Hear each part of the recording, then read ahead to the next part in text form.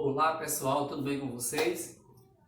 Hoje nós vamos dar início à nossa quarta unidade, que fala sobre a crise do capitalismo e da democracia, no mundo, principalmente na Europa, certo? A gente vai entender hoje quais foram as motivações, quais foram os fenômenos que causaram essa crise no capitalismo e na democracia nesse período, Os países que estavam envolvidos, os que sofreram com isso e os que ganharam com isso, certo? São muitos desdobramentos, só que para a gente entender melhor, como eu sempre falo nas nossas aulas, o que acontece? Acontece que, historicamente, os fatos eles são totalmente relacionados um com o outro. A gente vê que agora nesse primeiro trimestre a gente já viu que Primeira Guerra Mundial, Revolução Russa, e agora a crise do capitalismo e da democracia. Os dois outros conteúdos que a gente estudou têm totalmente tudo a ver com esse agora. É o efeito colateral, é a lei de Newton. Para toda ação existe uma reação, certo?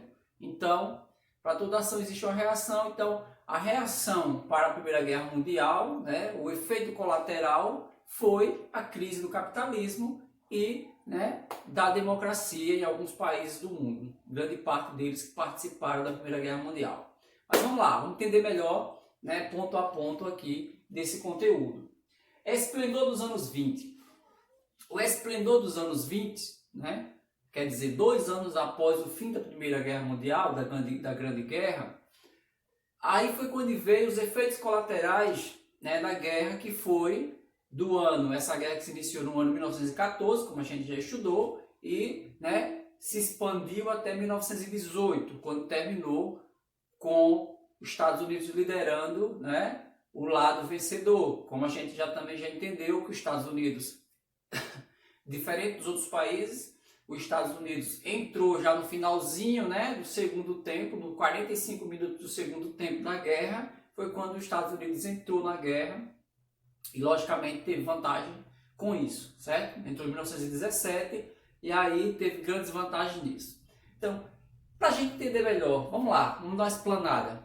O que foi que aconteceu durante a Primeira Guerra Mundial? Como a gente já estudou, mas vamos relembrar para a gente entender o novo conteúdo. Durante a Primeira Guerra Mundial aconteceu o seguinte: aconteceu que todos os países envolvidos na guerra, tanto os que pertenciam à Tríplice Entente quanto os que pertenciam à Tríplice Aliança, eles estavam engajados nessa guerra. E nós sabemos que para se participar de uma guerra, para se investir no poder bélico, no exército, na alimentação, no ataque, precisa de quê? De investimento. Esses países investiram praticamente tudo que tinham na guerra, certo? E aí veio depois a crise após isso. Além de investir tudo na guerra, o que tinha as finanças do poder bélico, o que acontece? Suas indústrias no período de guerra ficou praticamente funcionando com 30%, 20% da sua necessidade, da sua produção. Nós sabemos que aí foi quando entrou as mulheres para substituir os homens que estavam nas guerras, nos campos de batalha. Mas vamos lá.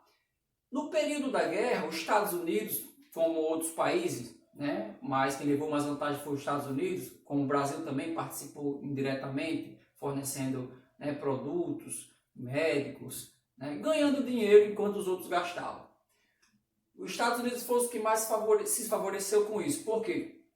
Em 1914, 15, 16 e 17, os Estados Unidos apenas ganhando dinheiro, vendendo, fornecendo e investindo nas suas indústrias. Enquanto os países em guerra, principalmente na Europa, estavam com as indústrias praticamente trabalhando no vermelho, no mínimo possível, produzindo pouquíssimo e gastando tudo que tinha, os Estados Unidos aumentavam a sua produção e aumentava também a lucratividade, porque estava fornecendo os materiais necessários para essa batalha, essa guerra, certo? Em 1917 entra na guerra, ganha a guerra. E aí, em 1918, no final da guerra, o que é que ocorre? Ocorre que teve o famoso Tratado de Versalhes, que aí foi quando começaram a chamar a responsabilidade dos países envolvidos. Como nós sabemos, a Alemanha, que foi a líder do lado perdedor, foi a que foi mais prejudicada, né? Que foi a mais responsabilizada pelos prejuízos da Primeira Guerra. E aí ela estava pagando impostos e empréstimos aos Estados Unidos, aos países, né, que participaram da guerra, que venceram, que superava o seu PIB, seu Produto Interno Bruto, a Alemanha. Então, prejudicou muito. E outros países que estavam também, tinham saído da guerra, estavam praticamente falidos. Por quê? Tinham gastado tudo na guerra, suas indústrias estavam, né, praticamente quebradas, todo mundo sem nada, certo? Sem finanças, sem dinheiro para investir. Enquanto isso, os Estados Unidos estava muito bem obrigado, muito dinheiro, né, guardado, reserva, e as suas indústrias a todo vapor, fabricando, produzindo, né, cada dia, cada mês, cada semana, muito mais do que fabricava anteriormente, certo? E aí veio a grande crise que praticamente quebrou todos os países envolvidos na guerra, com exceção dos Estados Unidos, né? No primeiro momento, os Estados Unidos estava bem, mas nós sabemos que existe uma lei, né? A tal da lei da oferta e da procura, certo? Não existe grandes empresários, grandes comerciantes, né? Grandes empresas, se não existir os pequenos consumidores dos produtos fabricados por essa grande empresa. O que eu quero dizer com isso? Os Estados Unidos estavam muito bem, obrigado, com relação aos outros países, mas, crise da superprodução. Poxa, como assim? Como é que o país, uma empresa está fabricando muito e está em crise? Crise da superprodução, quer dizer, está produzindo muito e está em crise? Sim, porque a tal da lei da oferta e da procura significa o seguinte: só se pode produzir muito quando tem muita procura do produto. Se não tem a procura do produto, o cara tem que diminuir, né, a produção. E os Estados Unidos se negavam, mesmo nesse período de crise, principalmente que se agravou, né, de 1920 até 1929, que foi quando foi o pico maior da crise, inclusive a Bolsa de Valores, no dia 24 de outubro de 1929, a Bolsa de Valores de Nova York quebrou, faliu. Imagine só que milhares de pessoas que tinham ação, né, ações, na verdade, dinheiro investido em empresas na Bolsa de Valores, quebrou do dia para o outro, a partir do dia 24 de outubro de 1929, só tinha papéis. Eu tenho aqui um papel, um documento que diz que eu tenho X milhões ou X mil dólares de ações, quer dizer, não valia mais nada, porque quebrou. Né? Mas vamos voltar, isso é mais na frente um pouquinho. Então, crise da superprodução. Os Estados Unidos se negava a diminuir a produção, certo? Eles queriam continuar, mesmo os países quebrados, eles queriam continuar fabricando muito. Só que, como eu já falei, a lei da oferta e da procura, ela tem que ser respeitada. Se eu tenho muito produto, mas não tenho consumidor, né, mesmo assim não vai servir de nada eu continuar fabricando muito. Então o que acontece? Os Estados Unidos, no primeiro momento, como eu já falei, começou a se negar a parar com a superprodução, né, mas continuou produzindo, mas viu que produzia tanto e não tinha saída, porque os países consumidores não tinham condições de comprar. E aí os Estados Unidos tentou algumas estratégias para manter-se, né, fabricando muito, manter-se como o país que fabricava mais, superou inclusive a Inglaterra, né, a Inglaterra, o berço da Revolução Industrial, a Europa, alguns países europeus que lideravam, né, a questão da economia com relação à produção, começou a perder para os Estados Unidos, quebraram, né, os Estados Unidos ali no topo. Só que os Estados Unidos viu que o negócio estava difícil para vender. O que foi que eles fizeram? Começaram a diminuir salários dos funcionários, começaram a criar algumas medidas para tentar regularizar isso. Por exemplo, disponibilizar 10 bilhões, né, de dólares aos países quebrados, que estavam em crise, para que esse país pegasse esse próprio dinheiro a juros, né, e comprasse a ele. Imagine só que eu quero vender algo para alguém, foi mais ou menos isso que os Estados Unidos fez. Eu quero vender algo para alguém, esse alguém não tem dinheiro, né, para comprar esse produto que eu estou vendendo, por exemplo, esse relógio. E eu, para vender o relógio e ter lucro com isso, o que é que eu faço? Eu empresto o dinheiro, por exemplo, eu estou vendendo esse relógio por R$50. Então, a pessoa que vai me comprar diz: eu não tenho dinheiro, Silvano. Então eu falo assim, vou emprestar os R$50 para você você me compra o relógio e você me paga 100 no final do ano, entendeu? Então a estratégia para tentar movimentar a economia, de qualquer forma era bom para os Estados Unidos, mas mal para os outros países. Por quê? Eles continuariam endividados, continuariam quebrados, né? E devendo mais e mais e mais aos Estados Unidos, que não funcionou. E aí começou, né, essa crise se alastrar nos Estados Unidos. Os Estados Unidos, né, os Estados Unidos não deu a devida atenção que a ocasião merecia, né? Não queria que o governo intervisse no liberalismo, né? O liberalismo, como nós sabemos, é uma teoria criada por Adam Smith, né, no século XVIII, que diz o seguinte, que o pressuposto, né, a característica maior dessa teoria é que o governo, né, o governo de qualquer país não pode intervir no livre comércio. Então, o governo americano começou a adotar isso, né? A gente não vai intervir, não vai, né, estatizar, não vai investir, não vai tentar investir dinheiro público nas empresas, porque vai quebrar a questão do liberalismo, vai acabar com o liberalismo. Então o liberalismo tem que acontecer, tem que ter o livre, né, comércio entre os países, os mais fracos que se quebrem. O liberalismo é assim que funciona. O que acontece? Acontece que os Estados Unidos foi se complicando.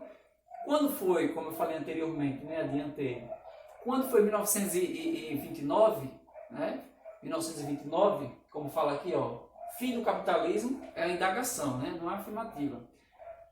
Por quê? Porque aí todo mundo parou de comprar, os países em crise, quebrados, os Estados Unidos com a superprodução, imagine só, pátios cheios de carro, depósito cheio de produtos fabricados, não tem onde colocar mais a produção, né? E aí a bolsa de valores caindo, desvalorizando dia após dia, né? Quando chega dia 24 de outubro de 1929, que foi o pico, como eu já falei anteriormente, da crise, a bolsa de Nova York quebra de uma vez, né? O cara foi dormir com, digamos, 10 milhões ou 10 mil dólares, né, de ações. Eu comprei uma ação na empresa tal e tenho 10 mil dólares na ação da empresa X. E ter um documento em casa comprovando, e no outro dia, amanhecer o dia e você dizer assim, ó, a bolsa quebrou, você não tem mais nada. Todo mundo que tinha ações perdeu, quebraram, né? Além desse pico da Bolsa de Valores quebrar, houve o seguinte, o governo, ainda para se manter, para tentar fazer com que a economia americana continuasse ali no pico, foi o que ela fez, o governo americano. Começou a abrir crédito para todo mundo. Imagine só, o crédito desacerbado, né? Todo mundo podia comprar além do necessário. O governo começou a liberar empréstimo, crédito consignado, né? As lojas, as fábricas de carro, você já tinha carro, mas o governo fazendo propaganda que você tinha que trocar de carro. O mundo todo em crise e os Estados Unidos fingindo que, tentando passar para a população que estava tudo bem. E as pessoas começaram a cair nessa, começaram a pegar empréstimo, comprar carro, investir, né? O supérfluo, né? Comprar além do que precisava.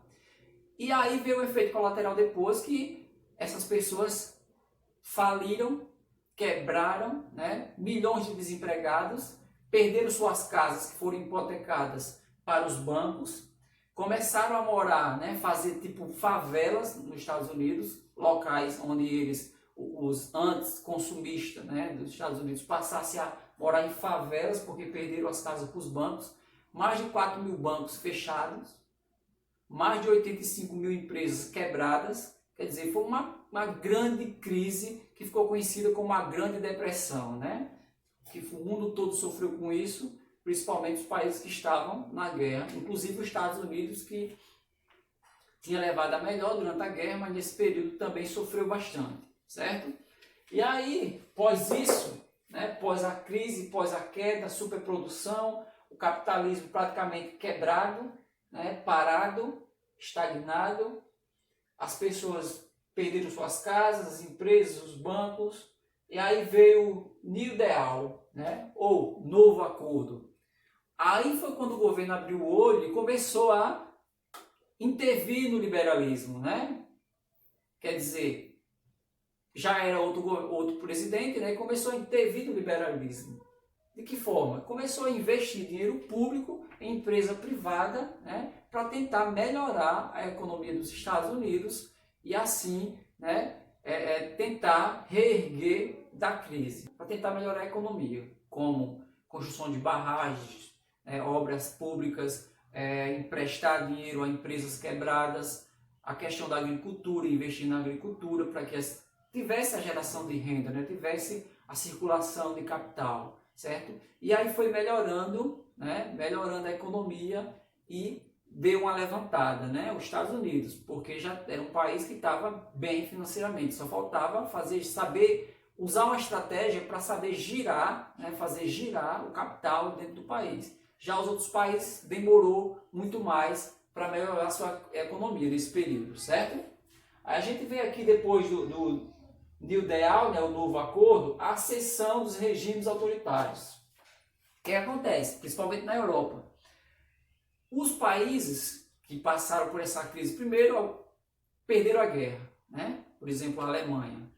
E segundo, depois da perda da guerra, a grande crise, né? A grande depressão que afetou todos os países envolvidos na guerra e também, logicamente, os que implantaram regimes autoritários. Como, por exemplo, foi nesse período pós-guerra que surgiu, final da guerra e depois da guerra, da Primeira Mundial, que aconteceu o seguinte: começou a crescer, né, a ascensão dos regimes autoritários, que foram eles: o fascismo italiano, né, que foi liderado por Benito Mussolini, né, na Itália, onde eles fizeram uma marcha sobre Roma e tal, e implantaram o fascismo. E aí, com o fascismo, começou a se criar também a lei, né, da segregação, em primeiro lugar, porque para chegar lá eles tinham que ter uma estratégia, tinham que ter, né, uma ideologia.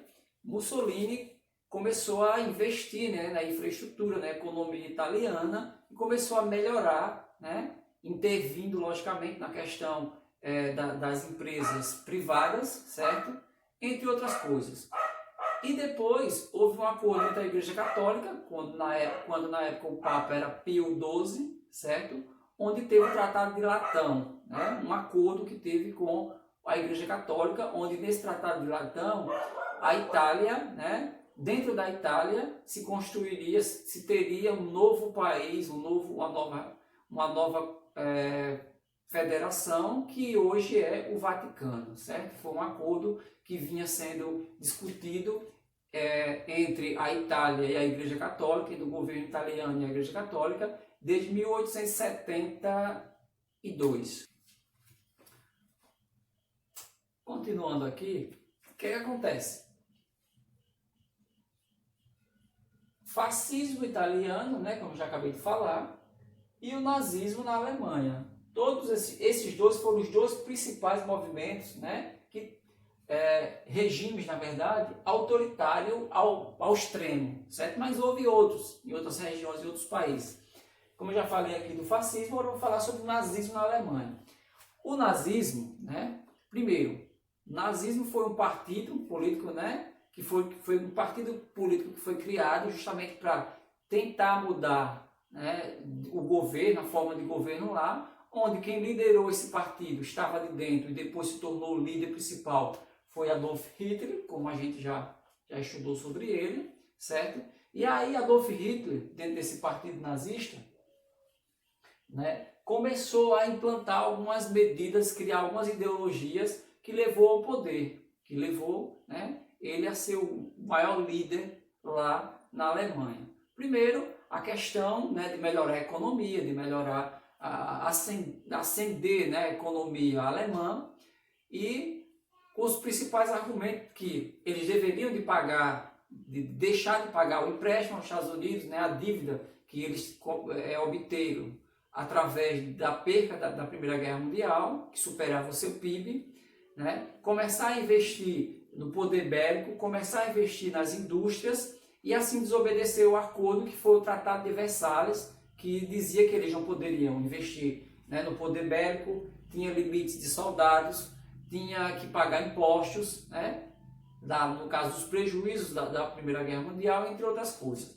E aí ele começou a implantar, né, depois dessas medidas, depois que ele chegou ao poder, Hitler começou a pregar a questão da raça pura, né, que eles perderam a Primeira Guerra Mundial por conta que houve traidores da pátria dentro da própria Alemanha, que esses traidores seriam os judeus, né? E aí eles começaram a caça às bruxas, entre aspas, começaram a expulsar os judeus de lá, da Alemanha, começaram a criar os primeiros centros de concentração, né? E começaram a matança, começou a praticar o Holocausto, que foi o genocídio, né? A morte de milhares de pessoas, de milhões de pessoas que ocorreram lá nesse período, certo? Então, basicamente, o conteúdo ele fala sobre os efeitos colaterais pós Primeira Guerra Mundial, certo? Dê uma lida no livro, né? Dê uma estudada, para se aprofundar mais um pouquinho. Qualquer dúvida, vá lá no meu PV do WhatsApp, pergunta para a gente conversar.